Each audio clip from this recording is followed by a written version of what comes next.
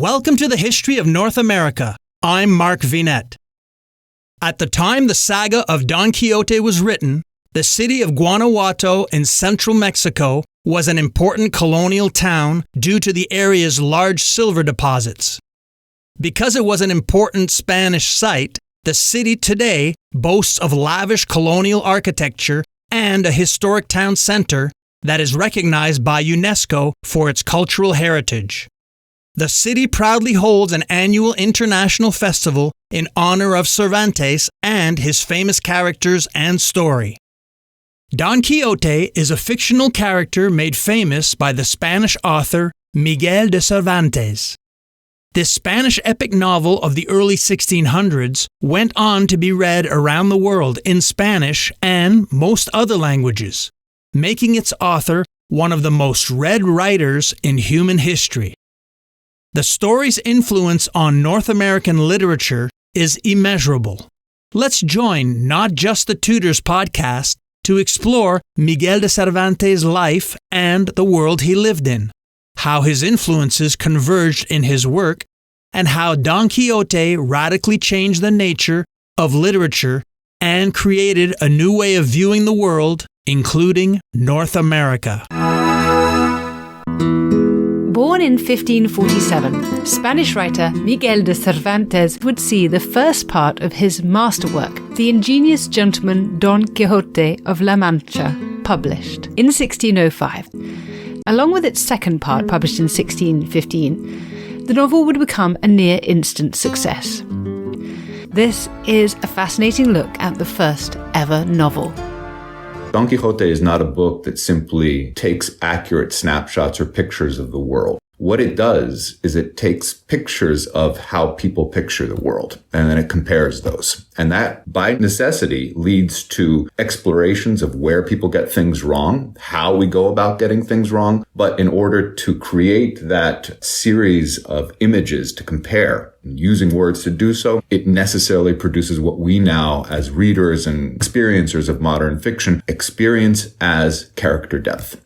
1612 that the translation came into English, and we use the word translation now. These were essentially new versions that were inspired by the translators having read Cervantes. It clearly made an impact. We perhaps know a little bit more about the impact that it made in different cultures other than England, but there are not extant texts that we know by reference, and most famously Cardenio, that Shakespeare purportedly co-wrote shortly after perhaps translation in 1612 came out, so a couple of years before both authors died. And Cardenio, of course, is perennially the butt of jokes around Shakespeare's birthday, when it's purported that Cardenio has finally been found again. So very clearly, Shakespeare and other great writers and playwrights of the time were reading at least translations or versions that had been passed down, as they did from other cultures as well, of obviously absolutely steeped in Renaissance culture of Italy. But they were reading Cervantes and found a lot to borrow from, as great authors always did at the time. And Cervantes himself was, of course, borrowing too. The great context of this novel, that it's written at a time when the world is expanding, with trade and scientific invention and foreign cultures coming into view, and of course war. How did this impact Cervantes' Spanish identity as a whole?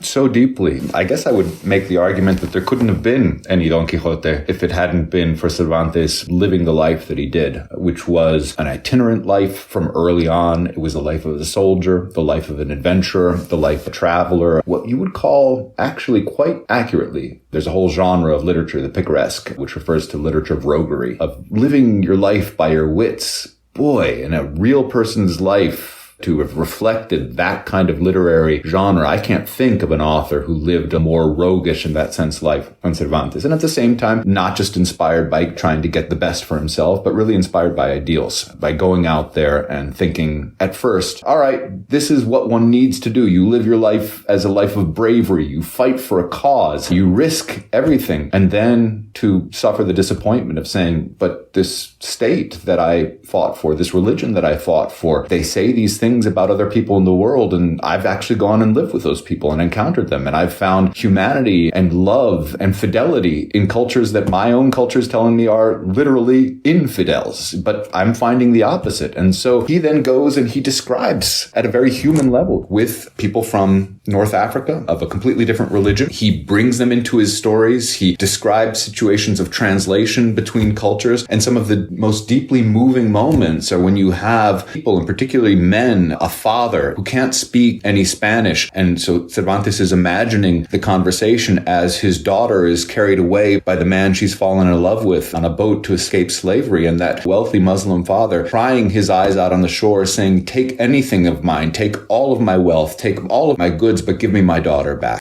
And to be able to tell a story like that in the context of a book that is raucously funny. And then you have these moments where you actually have to tear up because of the extraordinary levels of empathy that Cervantes was capable of as an author.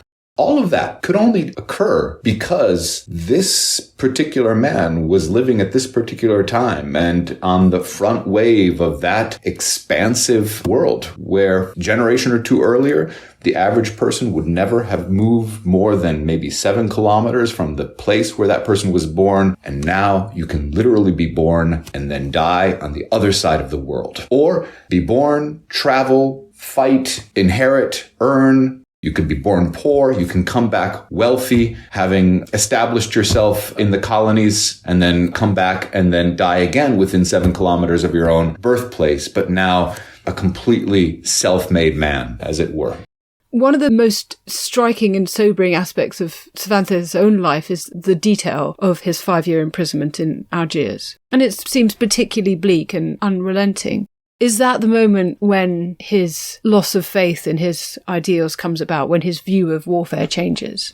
I think there's no one particular moment, but certainly that experience was transformative in so many ways, and not just in negative ways. Captivity was no joke. He could have lost his life at any moment. He could have lost it in particularly gruesome ways. He could have been tortured to death, as many of his fellow slaves were. And not only that, what he constantly, from all the documents that we're able to review and from what we can ascertain by eyewitness reports at the time, he behaved with extraordinary courage during this period of time as well. He really didn't want to be a slave in Algiers. He would do anything and use his ingenuity, which was considerable, and his ability with people, which was considerable, to try to create avenues for escape. And on 4 different occasions, he tried it. And on 4 different occasions, he and his fellow conspirators were caught, and some lost their lives as a result. Cervantes would offer himself up instead of those who were punished. He desperately wanted not only to get himself out of slavery, but to get his compatriots out of slavery. And then ultimately, when he was released, it was a ransom that was paid. And the money was sent, in fact, to ransom someone else, but they didn't have enough money for that other person. And then his captors, who had insisted all along that Cervantes, because of the letters that he carried from Juan of Austria, who had been his commanding officer in the wars prior to his captivity, he must be much more important than Cervantes actually was. And they were always holding out during these years for a higher ransom. And they finally gave up on that and said, okay, we'll take the money for this guy, and put him at the last possible moment on the boat. His brother had already gotten away earlier, and Cervantes went back. And it was after that, it was after all this suffering and after all of this sacrifice.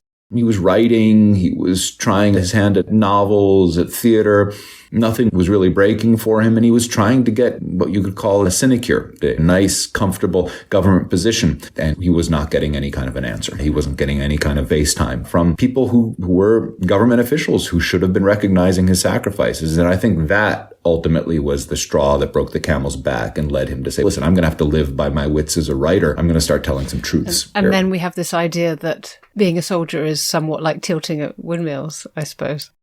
One has to feel positive about his achievements so late in life. And the time he takes to write novels, these are very comforting things for writers to hear. I want to ask you one more question, which speaks to how literary scholars think about the author. Your book weaves together the threads of Cervantes' life and the legacy of this extraordinary novel. So the question is it fair to examine a man's life through the lens of his art and his art through the lens of his life? Can we really trace these two things together? I hope it's fair. I certainly understand and developed as a literary theorist in times when we also heard, the possibility of the intentional fallacy and the idea that you need to take a work and look at it on its own. And I understand that there's something like an aesthetic or formalist reading, which tries to bracket that out and not consider the life. But I would think at this point, myself and perhaps a lot of others who have been duly educated by the long 20th century of thinking about ways of reading literature, have ultimately adopted a kind of eclectic approach where you say it doesn't mean that something that you learn about the life of an author will indelibly imprint itself in a way that you can't make aesthetic judgments about a work that are in some ways independent of that. But saying that doesn't mean that knowing a whole lot about both an author and his or her life and the context of production isn't going to help you, as I said before, reconstruct a historical context that's going to be a helpful filter for understanding that work. For example, I enter into the debate a little bit explicitly as well with out and out old historicists' approach, Don Quixote, who make this claim, look, all the book ever was a funny book, a satirical book. Cervantes says so in the prologue. He's not trying to do anything else. This big kind of world-changing ironic approach that's so imposing on the past, things that didn't even exist, like these philosophical interpretations of irony. And my response to that is, of course they didn't exist.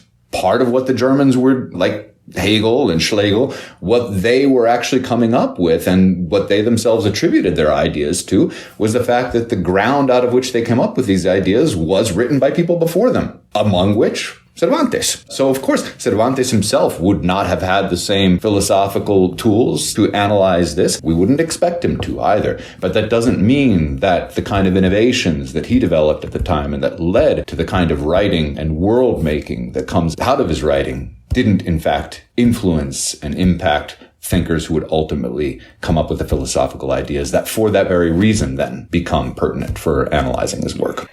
It's a story about a work. It's a story about a life, and it's also a story about an age. And it's wonderful on all of those counts. I'm Mark Vinet, and I hope you're enjoying the ride.